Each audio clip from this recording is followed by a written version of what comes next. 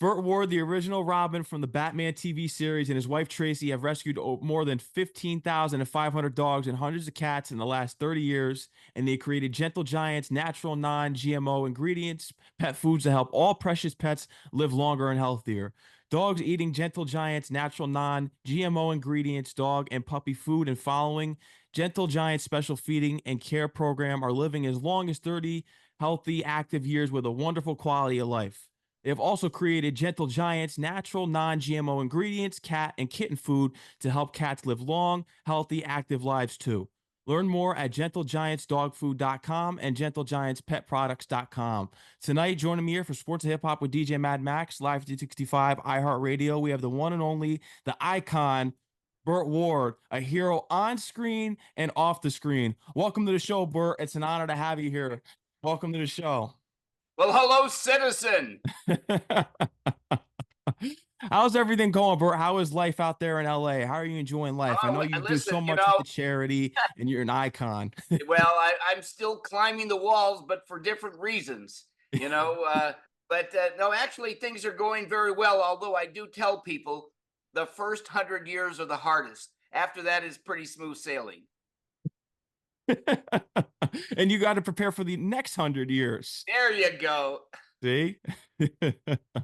But how's everything been, man? I mean, you've been doing a lot of great things. You were just recently recognized by the president, awarded this year. So when did you find out about this? You're getting awarded from the president. Yeah, about 2 months ago, actually, my wife and I were invited to an organization that's called the Royal Society of St. George. It is the King of England's charity event, and they're very tied in with the White House and the United Nations. And I was very pleasantly surprised with, actually, my wife and I were surprised with 4 awards.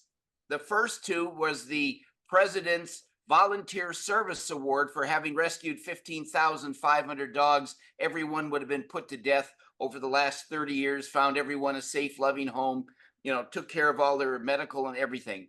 The second award was the Lifetime Achievement Award for having created a very special way to feed and care for precious pets, and a food that is the only food in the world that dogs are living up to and even over 30 years, as well as cats. We lost 2 of our cats. One was 31 and one was 32. You can't do this with regular pet food. No, you can't. And it's so amazing just to learn about your story and helping out animals. And just when did you find out about the ingredients? Because I know it was in the total fat and just the contents, because you describe it as with the kibble, you could feel the grease. And even when I feed my dogs, I stick the hand in the bag and my arm's all greasy when I'm done feeding them. So when did you find out about doing the research with your wife that it has to do with the fat content in the kibble that's Uh, sold in the stores? Well, it goes back 30 years to when we first started rescuing dogs. The reason we made food is because the giant breeds that we were rescuing traditionally have the shortest lifespan. So, for example, an Irish Wolfhound or an English Mastiff, they only live 6 to 8 years. A Great Dane only lives 7 to 9 years. And those that we didn't adopt, if we lost one, it devastated my wife Tracy and I. I mean, tore us apart. And we said, there's got to be a way we can help these animals live longer. So we first developed a feeding and care program, which, by the way, all of the stuff we've developed applies to all breeds at all life stages. We start with puppies that are 3 and 4 weeks old and go all the way to seniors that are 30 years old. So, and different sizes. Not only do we have the giants here, but we have breeds here like uh, breeds that are even smaller than Chihuahuas. Yeah, I mean, a Chihuahua weighs 5.5 pounds. We have breeds here that weigh 2 pounds as an adult. So we go from the biggest to the smallest, from the youngest to the oldest. But here's what we found out. We found out something that we were so surprised. You see, when we lost these few dogs that we lost, and we decided to do something, well, we'd already started changing the way you feed dogs. And just by the way you feed a dog or a cat, you can add 3 to 5 years to their life. For example, with our dogs, we don't feed them twice a day like everybody else. We feed our dogs a minimum of 5 times a day. Now, it's not more food, it's smaller, more frequent meals. because their bodies aren't designed as well as ours, and their bodies wear out much faster. And if an animal has to wait 12 hours to eat, which is twice a day, then it's very hard on their body, and it wears them down. It wears their bodies down to where it gets to a point when dogs are 6 and 7 years old, they can't get up anymore. I mean, the larger ones and the smaller ones, maybe 8 or 9, they can't get up. I mean, and then when they can't get up and they're starting to go to the bathroom on themselves, that's when people take them to a vet to be euthanized. Yeah. So the feeding and care was the first thing. But then we said, well, what else could we do? Well, maybe just for our rescue dogs, let's see if we go out, we can afford it. Let's make the finest food in the world. So we figured, maybe if we made the best food, we could add another year. But we found out something that is so upsetting that we never got over it. Here's what we found out. All the pet food companies know something the average person doesn't know, which is the more fat content you put into the food and on the outside of the food, the hungrier it makes dogs. The hungrier it makes dogs, the more people tend to feed them, which means that makes you buy more dog food. Oh my gosh. And the sad thing is this hunger that is created actually affects their brains where they think they're hungry all the time. And that's horrible. Yeah. I mean, that's horrible because you've heard the term stress kills. When you can imagine if an animal or human was hungry all the time and just kept eating themselves to death, I mean, it's horrible. So we made a food that doesn't have all that fat in it and on the outside. And besides, it's not just the fact that it makes them hungrier. Think about this. I tell people, if you cook some bacon, would you take the bacon grease and pour it down your garbage disposal? Oh, of course not. It would clog it up. I said, well, think about it. This animal fat that's filling the inside of the food and on the outside. I mean, if you wouldn't pour bacon grease down your garbage disposal because the animal fat would ruin it, why would you feed an animal a food that every single kibble is full of fat and encapsulated? 360 degrees of fat on the outside. It's clogging their arteries, clogging their intestines. I tell people, we didn't discover the fountain of youth. We're just not prematurely killing dogs. And we have customers. One of our customers, he has the actual records. He got his dog from a shelter when the dog was 6 weeks old. On January 3rd of 1994, that was the date the dog was born. January 3rd, 1994. That dog is now 30 years and 7 months old. Can you imagine that? Yeah, that's I mean, crazy. and he's been feeding our food for 15 and a half years. So the bottom line of all of this is our charity. We don't take any salary from this. It's not about the money.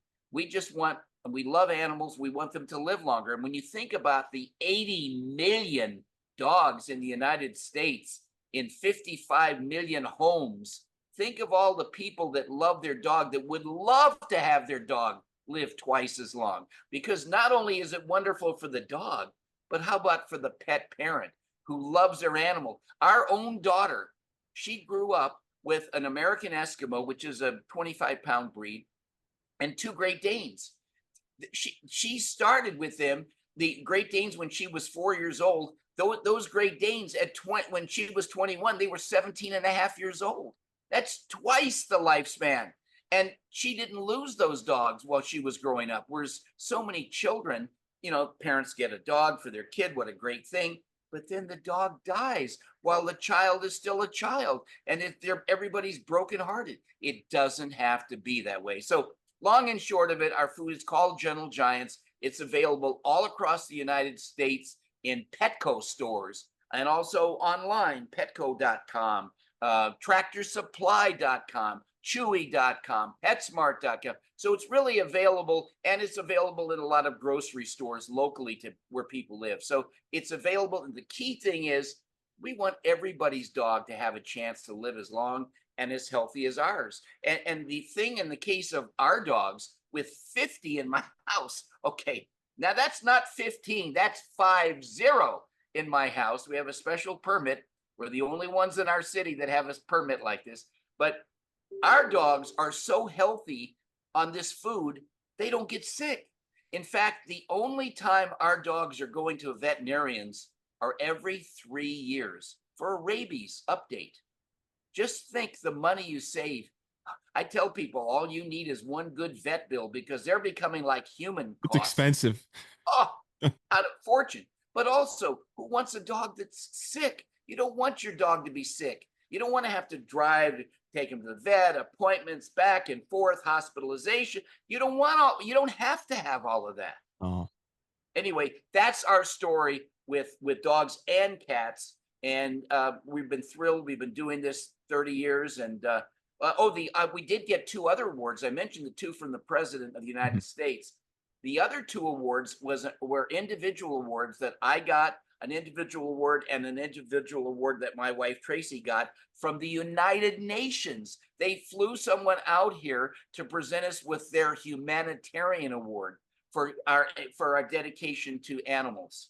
So I mean, wow, two awards from the President of the United States and the humanitarian award for my wife and I. I mean, and yet we never looked for awards. We didn't do this to get awards or to make money. We love animals, and we really have a philosophy that my wife and I, we want to leave this planet better off than we found it. And you will be, and it's well deserved. Congratulations on the awards. I did hear about the story of your wife, the first animal that she saved with the kitten. What was the first animal that you saved? Do you remember? Was it back when you learned about the Great Danes, and that's when you started the whole Well, process in your organization? well, I had pets. I hadn't rescued. Rescue is different than just getting a pet. I mean, rescue is a wonderful thing because for people that don't know why they have rescues, people that get dogs or cats or other animals, sometimes they have to give them up.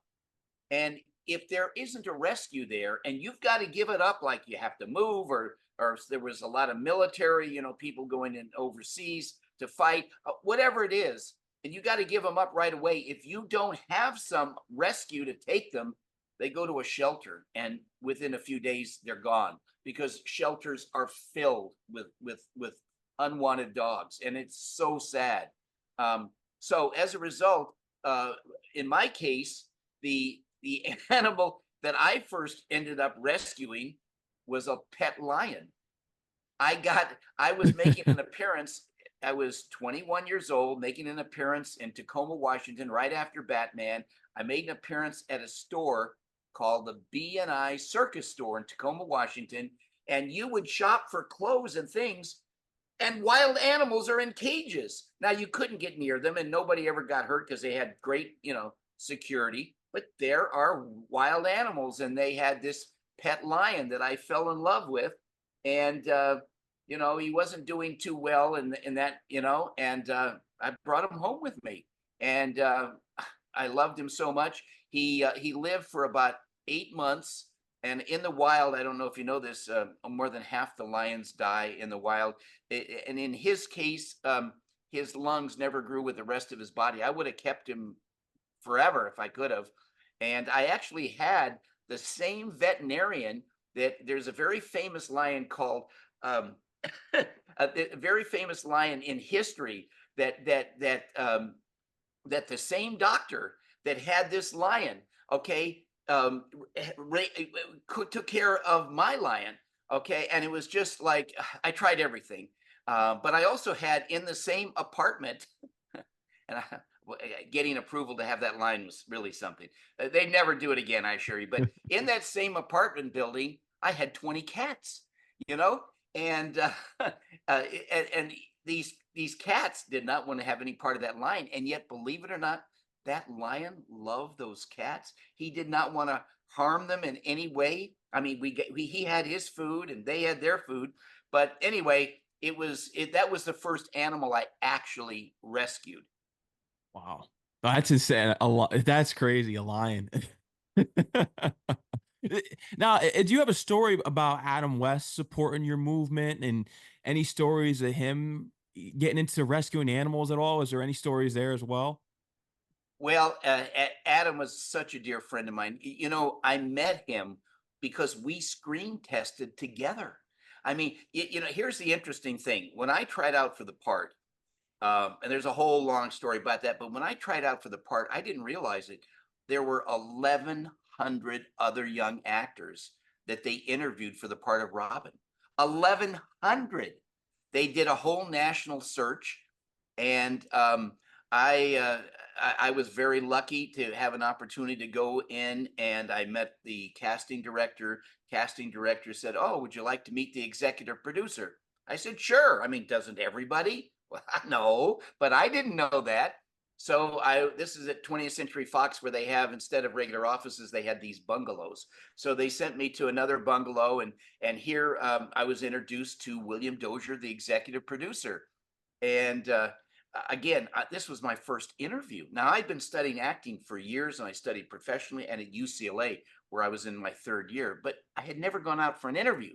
So I didn't know what the protocol was. So when I went in to see the executive producer, I just walked in and said, "Hello, sir." And I shook his hand. He's like, "Oh my God, this guy is so direct." And I think it's because so many young actors have been turned down so many times. I mean, their poor egos have got to been destroyed a lot of times. But I had never had that happen, so I just went in there and shook his hand, and he looked at me, says, "Well, you're kind of big for the part." I said, "Oh, but I promise you, sir, I won't grow anymore." And he laughed. I mean, how could you really stop from growing? But in any event, he said, "Would you like to do a screen test?" I said, "Sure." I mean, I figured, doesn't everybody get to do a screen test? No, no, they don't. But I didn't know that. I was 21 years old, and very much a kid still, even though I was at UCLA. So I went for the screen test, and they said, well, first of all, they wanted to see some martial arts, and I was a brown belt in karate at that time. This is 1965, and karate had only come to the United States in 1959. And so it was like most people didn't even know what it was. But so I had studied that, and I broke a board with my hand. And then they said, "Okay, we wanted you to do some dialogue. We have another actor here." And they handed me a single sheet of paper that said Bruce, like with some dialogue, and Dick with some dialogue. It didn't say Bruce Wayne. It didn't say Dick Grayson. It didn't say Batman. It was just Bruce and Dick.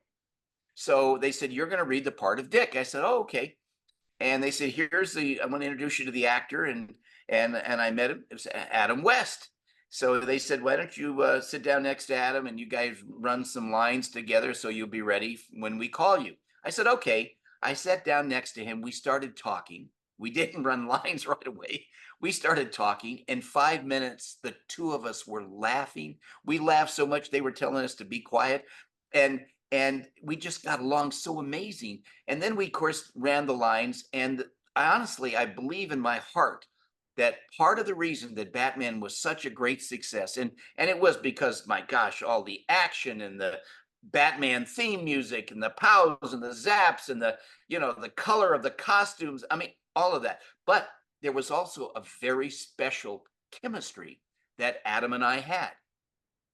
And in history, the great comic duos, and really Batman and Robin, in our portrayal, were a comic duo. I mean, but also a comic funny duo. Although for kids, they took it very seriously with the hero worship. I mean, there were so many kids that had bath towels around their neck, held together with clothespins, jumping off their couch like Batman and Robin. But there were also the adults that loved the nostalgia of the comic book. And then there was that very hard audience to get, the teenagers and college kids that in the 60s, they didn't want to watch television. They wanted to cruise the outdoor drive-in restaurants on Friday and Saturday night and rev their engines up and be real cool. But we got those people, because of our comic satire and the double meanings and the campy style. But in any event, Adam and I had a special chemistry.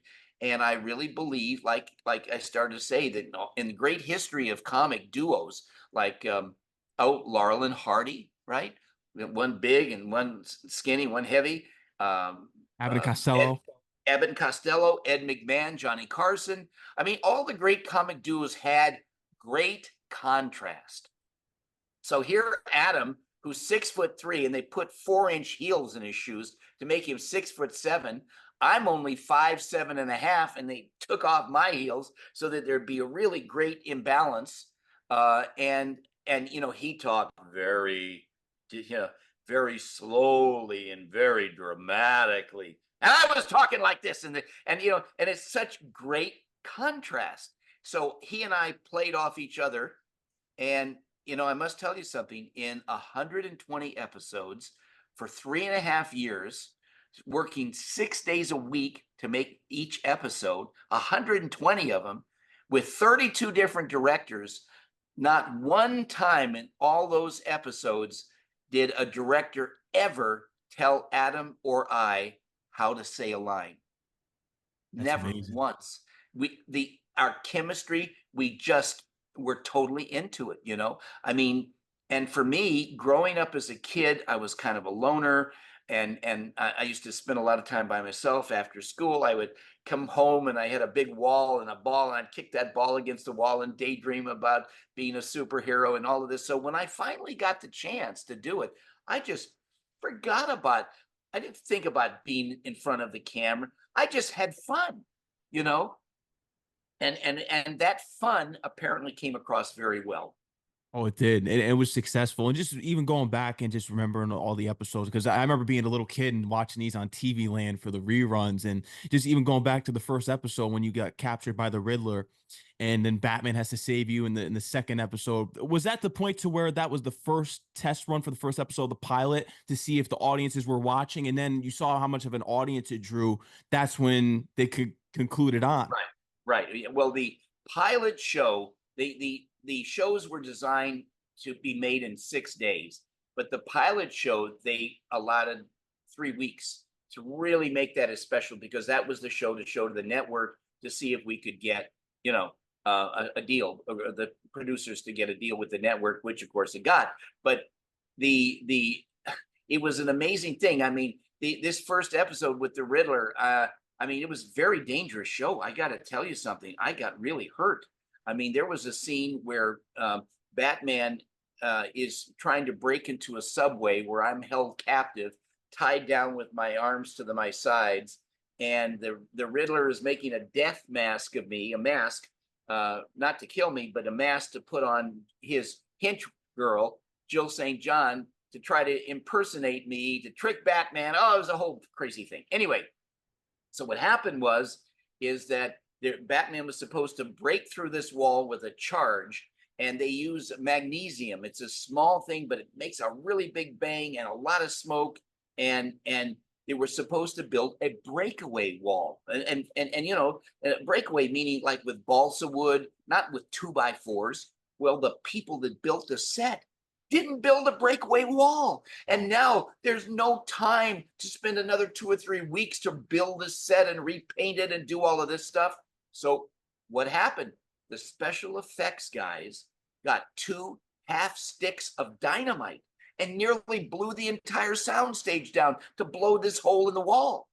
But when they did, with my arms tied at the sides, real 2x4 came falling down, and one landed on the bridge of my nose, broke my nose.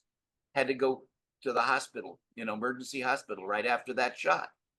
And there were other things, gas inhalation, burns from these explosions that I got. I mean, it was a very dangerous show. I mean, Yeah.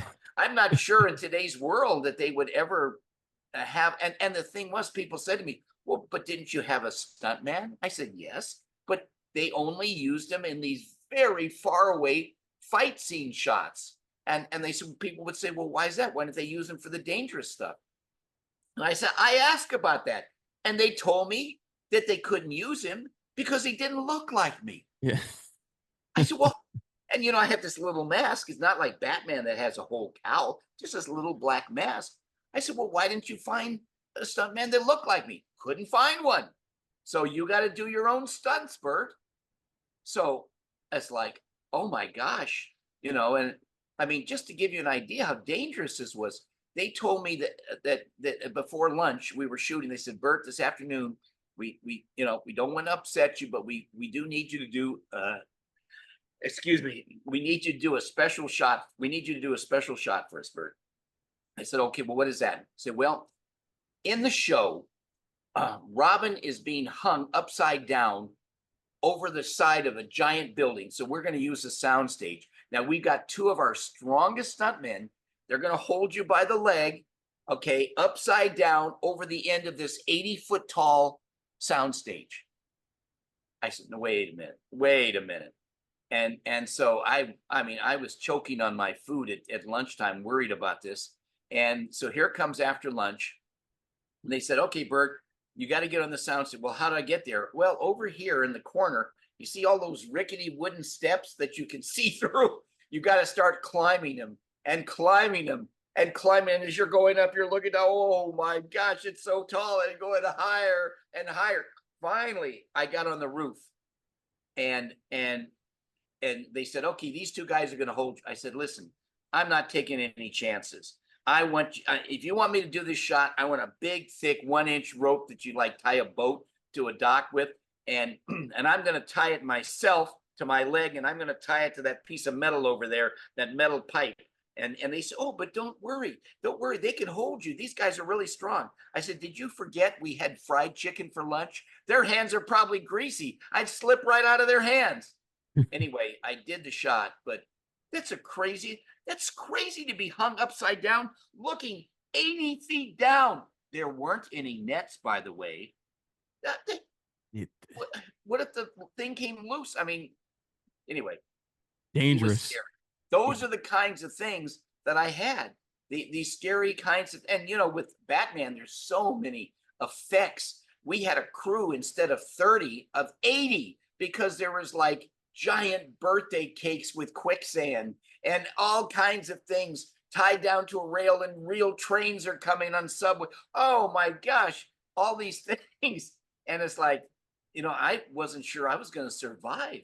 I didn't, it was scary, but at the same time, it was fun.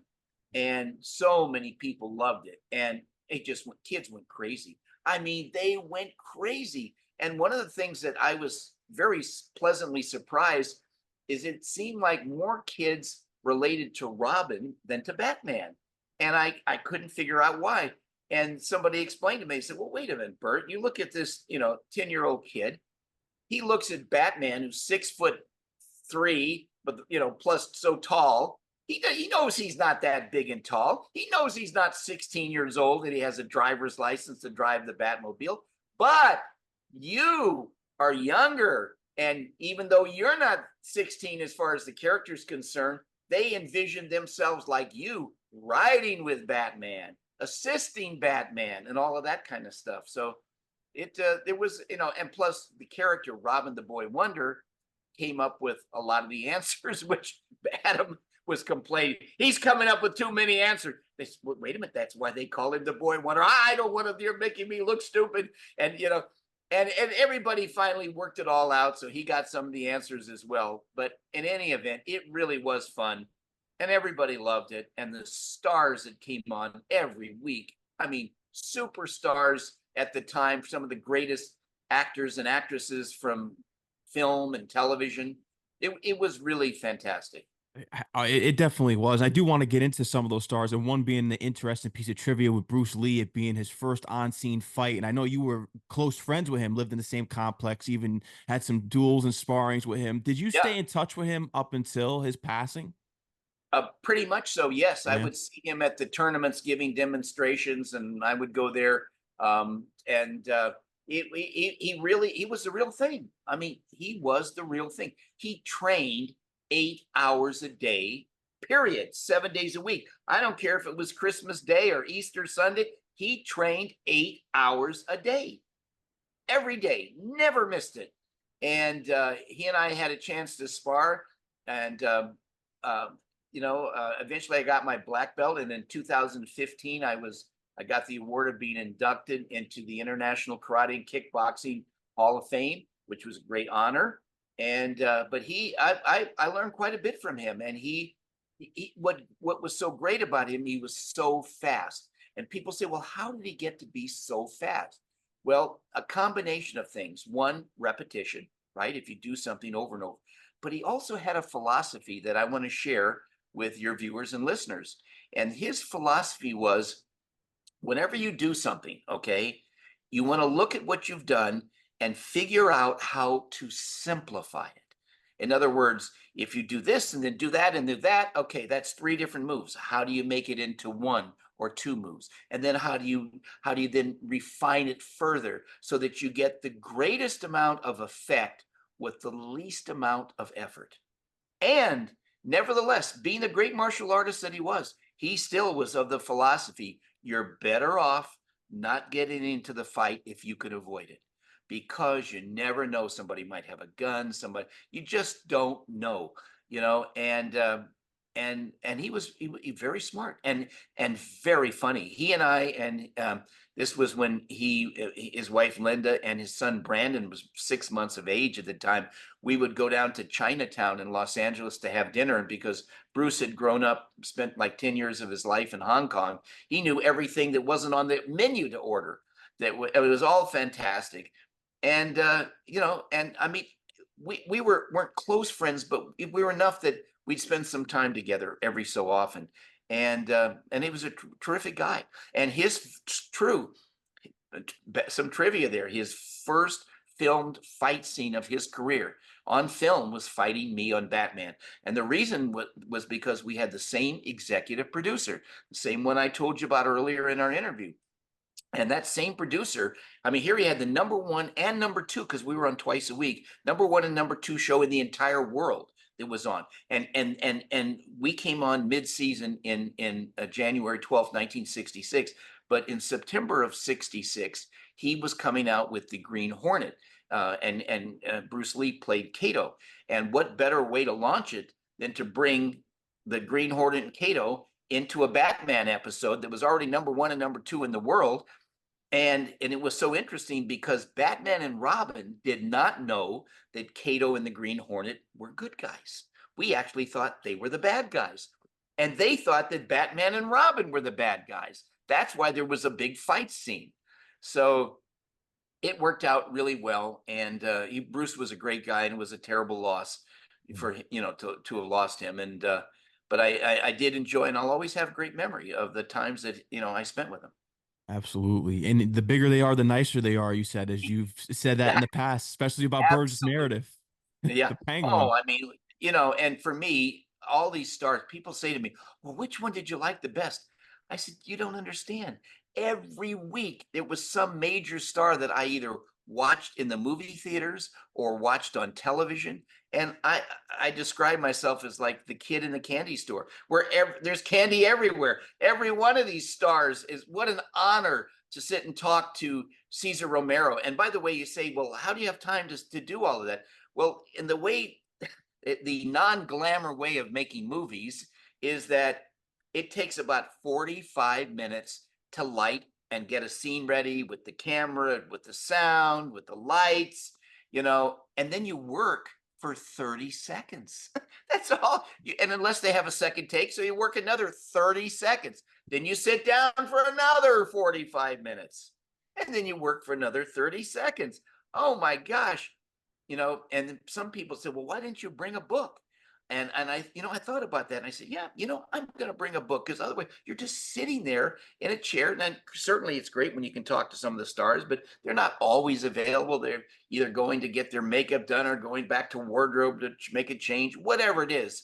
So the few times that I brought a book, I never got to read even one paragraph.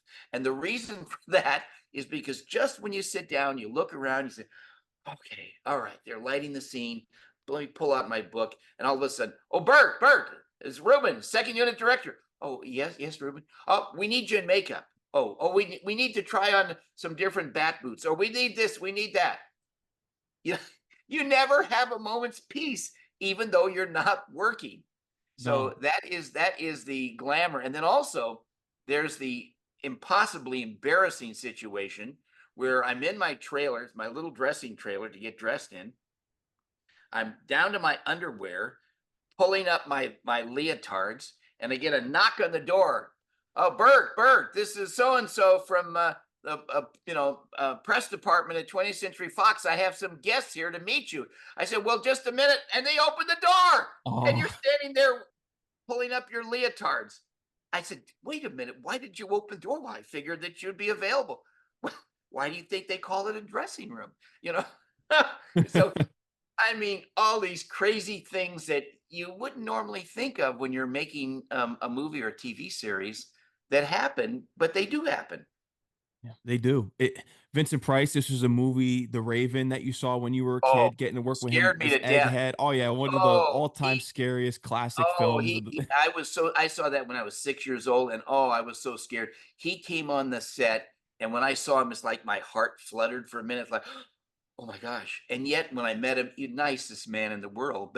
But it's just, oh, it's just still that the memory, you're when you're things that affect you as a child really can affect you, and it was great. It was great working with, and of course, then there were so many stars that wanted to be on Batman, and there weren't enough roles. I mean, only one a week, and well, the third season they had like two people, two stars, but still, that's not enough. So what they did is they created this walking up the wall sequence where Batman and Robin would be climbing a wall and a window would open. And that's when they would bring on other stars who got at least a cameo role. And the first one was Sammy Davis Jr. And then there was all these Betty White, Don Ho, Colonel Klink, Lurch, Dick Clark. I mean, there's just so many guest, celebrities, and it was phenomenal. Yeah. You could tell just by the chemistry between you and Adam, the star. It really was a spectacular show, and it still lives the test of time. And it's just crazy. The number one, and number two show. I did see because NBC wanted to pick up the show. What was the reason for it not going on, and what was kind of the It was feeling all around the set set. the last day? Batman, Because I think y- you expected it to probably go on because of the yes. success. Well, what happened was, now remember, this is 1966, 67, and 68. So when I talk about money, that money today is 10 times what it was then, in terms of what it would cost today. But the Batman Batcave set, that the studio destroyed it before NBC could make the deal, and that was Oh, $800,000. That's like $8 or $10 million in today's world, and not having that set, and then all the legal things to go through, it just was too much, and it was kind of sad because Adam and I would have wanted to do it, but the reason why our show was canceled was not because of bad ratings. It was because it was costing the studio. They were actually losing like three or $400,000 every week because they had to have enormous crews. And in those days, people don't know it. There was a term called feather bedding.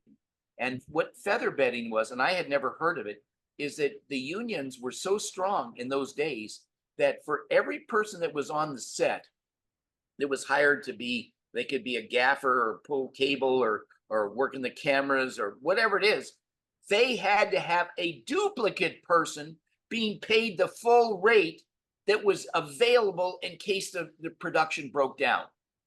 That means you're paying twice for everything. So 80 guys on the crew became 160.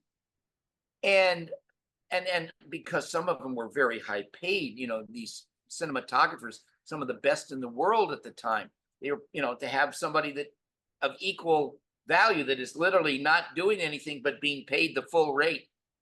And I mean, and then there were fines, for example, I did a scene with Adam where it's a little tiny table and we're sitting across from each other, and the set decorator had put a single little vase with a single flower, just a flower sticking out, just one.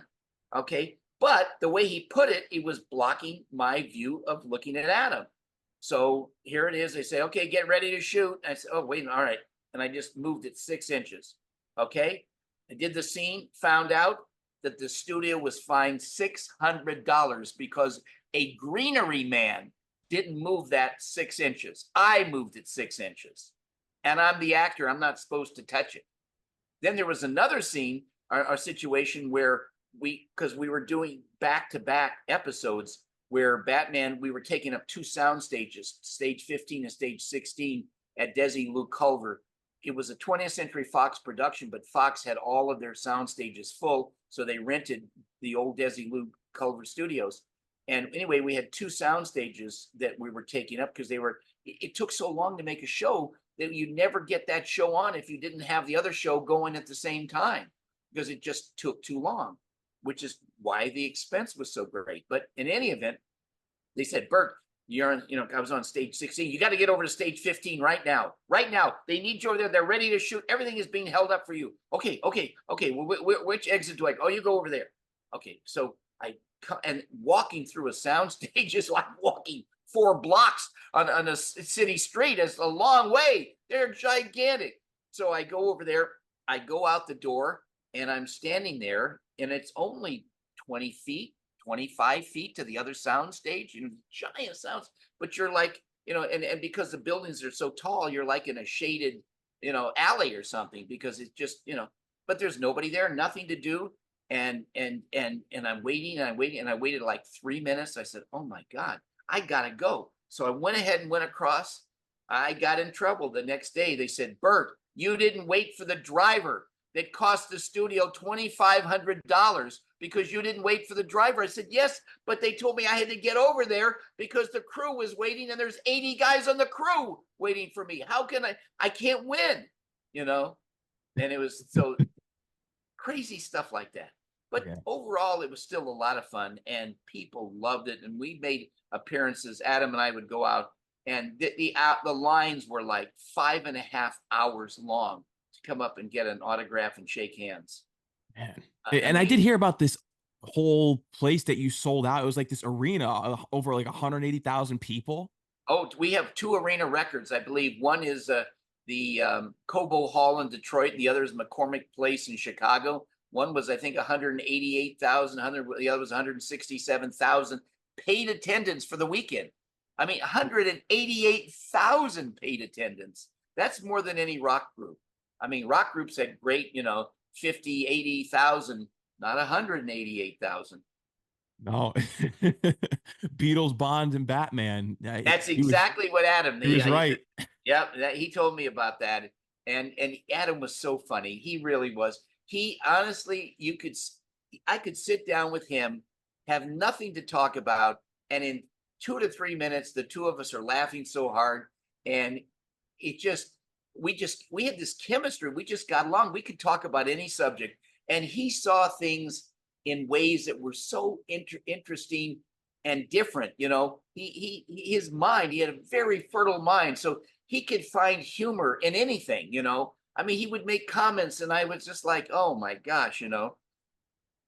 And I know you guys really, there was an idea, because I know about the animated film that you Right. guys had in the end, but there was an idea that came up about you guys being older and haven't been called in a while that you did want to do, but unfortunately it didn't get picked up. Right. Yeah, we thought, what a great thing. Let us do another series. And it's okay. I mean, Batman can be older. I mean, there could be great humor in that.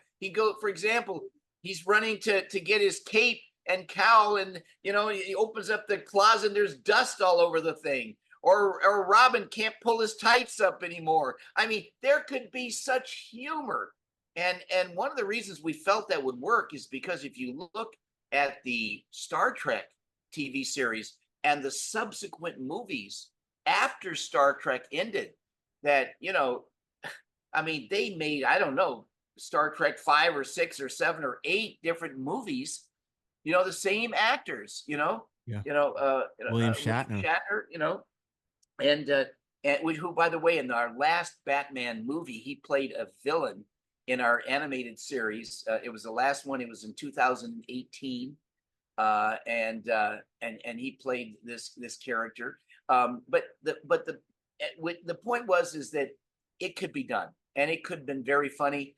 But what was happening and why it wasn't done was because the studio now was making these really big features with really big, over 100 and 200 million dollar budgets, and they didn't really want any competition, to take anybody away from selling these tickets, and because they spent so much money making them, they had to have a ton of people go see them just to break even. It's so crazy when you look at the evolution of Batman, because we know it started out with the comics, but your show is what really put it over the edge. But it just evolved all into the Dark Knights and how dark it got over time. Because when you watch it, it's for all audiences, but it's more for, I wouldn't say for kids. It was for all audiences back then in the 60s. But then as soon as it got older, it got really dark. Yeah, well, our show was for all ages, but Yeah. the studio, and they were very smart. They knew what they were doing. They wanted to go for the audience at that time that was going to movie theaters, which primarily was college kids and teenagers on dates and some older people. So they figured, well, in order to capture, we got to make a dark version. That's why they made The Dark Knight, and based on the graphic novel. But our show, let me tell you something. If it hadn't been for the success of our TV series, in my mind, I don't think they would have made all those movies, I because agree. we proved how valuable and viable the project was. Yeah. And I think they should utilize Robin more, because that was something that was interesting about The Dark Knight Rises. They hinted that Robin was going to eventually start in the next film, but we never got another film. But they didn't utilize Robin at all. But let me tell you, it's coming. Yeah. And Oh, what they're doing, they're very smart. The studio is very smart. They are rolling this out, and this is not like a 2-year, 3-year. I mean, they may have a 20-year plan that and they're gonna milk it with Batman until they get to a point where then they're gonna reintroduce Robin. There was Chris O'Donnell played Robin in one of them, with George Clooney, and it didn't do too well, and because it really wasn't dark enough, yeah. and I mean, for what they believed. But eventually it will, and there are, of course, they have the Teen Titans TV series and stuff like that that are kind of dark in some ways. And then they have the cartoon shows. I mean, believe me, Batman has been an enormous success for Warner Brothers, and they've done a magnificent job marketing it. And there's always Batman movies coming out. But eventually they'll have Robin. They'll have a Robin. Yeah, no, they need to. But it's never going to be the same between you and Adam. You guys are the Batman and Robin. There's only, it can't be duplicated. It can't But be. it's funny. People would ask me, "Oh, they say, besides working with Adam, who was your favorite Batman?" I said, every one of them was a great actor, Yeah. wonderful actors. But they, in my mind, were actors. When it really came to it, and I really looked at it, Adam West was really Batman. I mean, he really became Batman, Yeah. and I thought he did a great job, and we were great friends, and people loved it.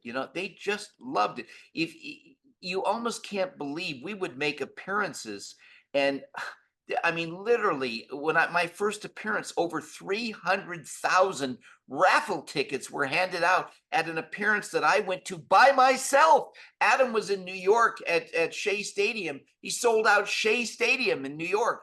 And I was making an appearance at this B&I circus store with the wild animals, my first appearance. They had 302,000 raffle tickets handed out. It was just crazy.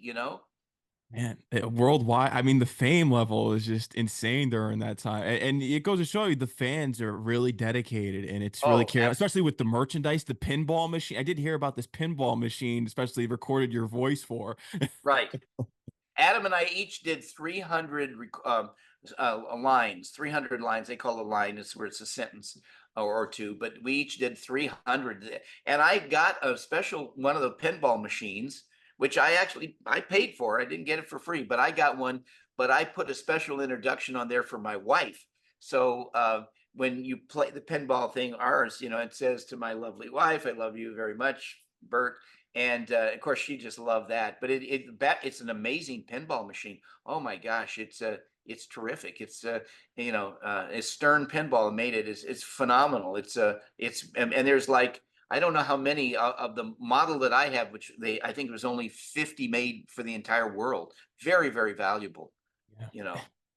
Conan O'Brien, I did want to touch on this because I Yeah. heard that he took the uniform and eventually had to give it back at Harvard. Well, yeah. Well, what happened? I was in 1984 voted Man of the Year at Harvard University. I did not go to Harvard. Went to UCLA, but That's right. nevertheless, they annually have their Man of the Year, and I won over King Juan Carlos of Spain, who I was voted for me more, and they flew me back to Harvard, and I brought my costume, which was even then.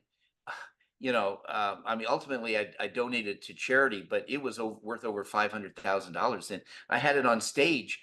And during my speech, some of the students from Harvard came up and said, "We're with the security team here. We got to watch keep your costume safe."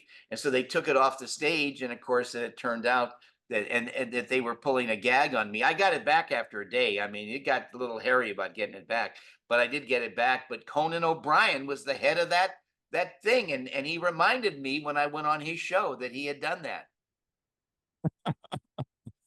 That's classic. That's Yeah. just a story for the ages, I'll tell you. Unbelievable. But when we look at just everything that you've accomplished and you have everything going on with the charities nowadays and just, Burt Ward and, all the legacy, especially, what's something that you look back at the show at that is one of your most memorable moments from being on the show? Because I do hear about the times when you came out of the booth and you saw, because you guys were recording separately, I heard, for the last film for the animation. Yeah, And yeah, I know it got real emotional. yeah. It was because Adam, it was like for whatever reason they wanted to record us separately. I guess because it's easier, then there's no actually someone speaking over the other. It's just easier to do it separately. And but when I was finishing up, Adam had just arrived and he saw me there, and he got tears in his eyes. I mean, I loved Adam, but it was very emotional. It was like, and he was like Mr. Strong and Mr. Tough guy and all of that, and yet he had an emotional side that was very touching. And I loved Adam, and he was very gracious to my wife Tracy, and we both hugged him, and of course he did his lines and stuff. But it was very touching, and even just before he died, I made an appearance with him, and we had breakfast together, and then we walked back to where we were signing autographs. He walked so fast I could hardly keep up with him. I mean, and so I don't really quite understand what happened or why it happened, but it was really very sad, and I miss him very much, to be honest with you. Yeah, and he definitely the one and only Batman. And Eminem, we all know who Eminem is, the Of famous hip course. hop artist. You inspired his "Without Me" music video, and now Houdini. Yeah, yeah, yeah, and they wanted it. The TMZ wanted a quote from me about his performance and his creation of a suit of a like Robin type thing. It didn't say Robin on it, but obviously it was based, and he tried to do my hand moves, but he did it comically, because whereas my stuff all really worked and was, his like, he fell off and fell down, and I mean, he made a kind of a joke out of it, and it was very funny, and he's very immensely talented guy. But that was true, and that was very recent, that he came out with that video. Yeah, it just goes to show the the impact that you've had for over a lot of people's lives, and just you see, then you Mermaid Man and Barnacle Boy, and you actually have Oh eventually yeah. voiced that later on too with Adam Yeah, West. I So was it's young Barnacle Boy, yeah, and Adam was young Mermaid Man, and now, by the way, my where we live, we have a really fantastic place. We have about 5 acres, about an hour outside of LA, and we have our own. Not only do we have a wonderful place to live and we rescue with all of our animals, but we now have our own animation studio and our own recording studio, and we're going to make our own movies. And now we've even got our own sound stage for us to shoot movies and stuff. So we're going to do some great family entertainment programming, lots of excitement, lots of energy, but something that will inspire people to do great things. Because in fact, our new company is called Superheroes to the Rescue Inc. You know, and my wife has the philosophy that we all can be a superhero if we want to do something for mankind. So it's something that I look forward to. And I mean, gosh, honestly, I knock on wood, I've had a great time and been very fortunate. I got my star in Hollywood Boulevard I see in that 2020. 2020. I mean, really, it's been wonderful, and I'm very fortunate, to have a wonderful wife that we've been together in like 35 years, and it's but there's always something to do, and always something. In fact, I tell people there's three essentials to happiness. Would you like to know what they are? Three essentials to happiness: someone to love, something to do, and something to look forward to. If you have those three essentials, someone to love, something to do, and something to look forward to me, that are the essentials of happiness. I agree. And that you bring a lot of happiness to people's lives on and off the screen. What's upcoming for the programming for the Gentle Giants food? Because I know you wanted to do some programming with that. Oh, we are. We've got Yeah. we've got our own characters, kind of superhero character. That's part of what we're going to be Yeah. filming, and we're using. There are new techniques of 3D animation. You know, there are movies out there people have seen of 3D. They say, "Oh, well, yeah, you can tell it's 3D." Well, let me tell you something. There is the newest technology that I haven't even seen out yet, but there it exists, and we actually have it, where you cannot tell it's not real. I mean, we could do characters with our dogs that you would think that's a real dog. That's not animated. That's a real dog. How could they get a dog to do that?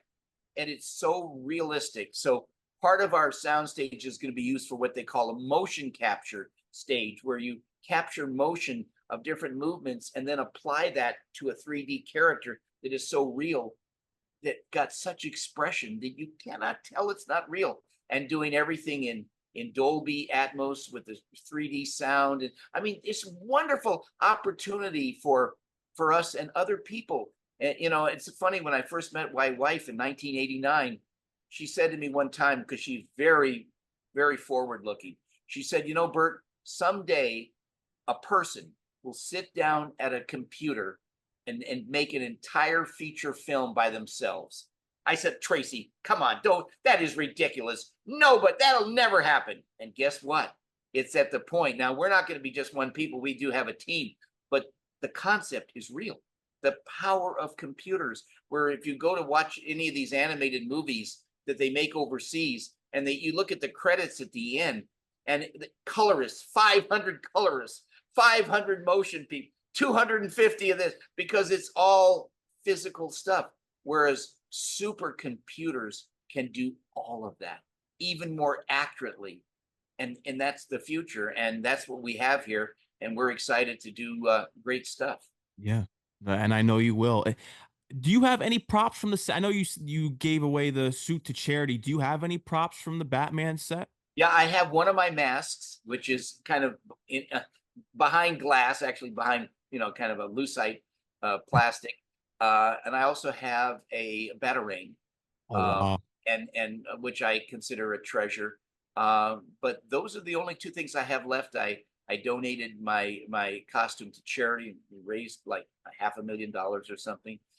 So which was great. I mean, that a great cause. But yeah, no, I've got enough. Plus, I've got all these awards and things like that. So and my wife and I are so busy. We work like 7 days a week. And plus, when you have 50 animals in your house, right?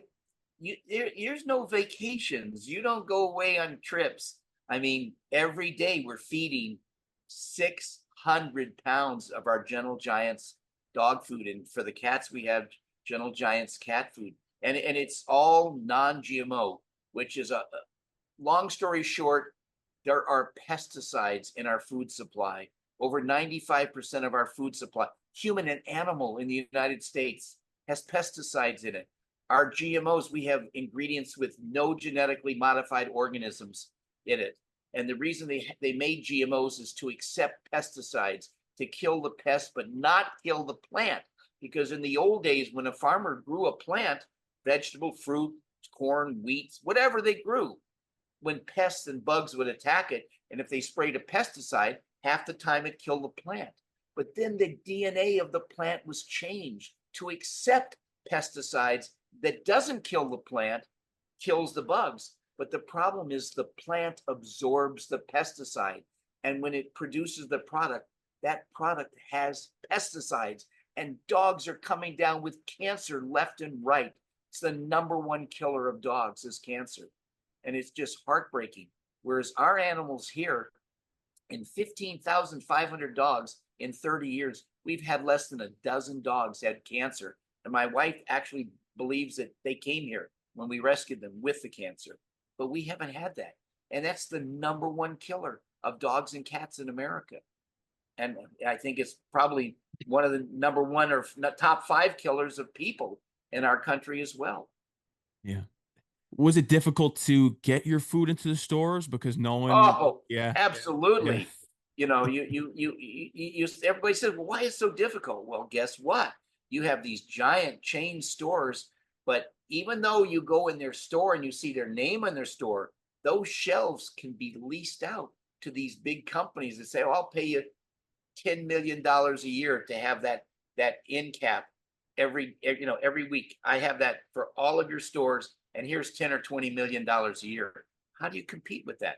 The way you compete with that is you make a superior product that word of mouth from people telling other people, and animals living into their late 20s, okay, consistently living twice their normal lifespan, creates a demand that even those big stores have to find a spot on their shelves to put us. And that's what's happening. We've now become the 20th largest pet food company in the United States, Gentle Giants Products. And it's owned by my wife and I, who, as I said, we don't take any salary from this. But all those 19 giant companies above us, they're all these huge conglomerates that have thousands of subsidiaries and different. They could be making drinking water, they could be making shoes, and they could be making, food and frozen food for I mean, they're just, but we only do one thing, and it's our charity for animals, and it really works. And I have so many thousands of testimonials on Facebook and things like that, that people's lives have been changed because now their pets are living longer and healthier. And it's very touching. And that's the reward for Tracy and I, is the knowledge that it's working. And it's not only working for us, but it's working for, I think we probably have at this point maybe 500,000 people feeding their dogs Gentle Giants every day. We have 100 truckloads a week that go out, and we never intended. We just were making it for our own dogs because we couldn't stand to see them dying so young. But someone came and adopted a dog from us who was a store manager of a 176 grocery chain store in Southern California. He said, our store would love this. Our customers, I'd love to have customers coming back 15 or 20 years instead of coming back 6 or 7 years, because you're helping them keep their dogs longer. And that's what happened. And then one led to another and another, and it kept growing and growing and growing. But it was only designed to try to help our animals live long, because we couldn't stand to see them die. And sure enough, it works. I mean, we've got 5 dogs here right now over 20 years of age. Wow. That's unheard of. Yeah. 5. It's definitely a blessing what you guys are doing and bringing a lot of joy to people's families, and you're just seeing everything that you've accomplished on and off the screen. Congratulations on everything. And Burt Ward, is there anything else you would love to let the audience know that we didn't discuss here today about Oh, Batman, Gentle Giants? I think you've covered everything very well. So I guess I could like to sign off like we did on Batman, which was, to the Batmobile, citizen. Let's go. Burt Ward, thank you. Thank you to Roger for setting this up. And you're always welcome on the show anytime you have upcoming conventions in the area. When you get the TV series going with the Gentle Giants too, I'll love to let get you you know. back on. Yeah, That would be great. I'd love to be able to promote it and show a clip. absolutely. Let's do it. Burt Ward, Okay, thank you my for friend. everything that you do out there. Everyone go out there, support Gentle Giants, and make sure to go get your own DVD edition of the Batman series to relive those happy memories from when you were a kid. Great. Well, thank you so much. Of course, Burt Ward, take care. Enjoy the rest of your night. All righty. Thank you. Bye-bye now. Bye-bye.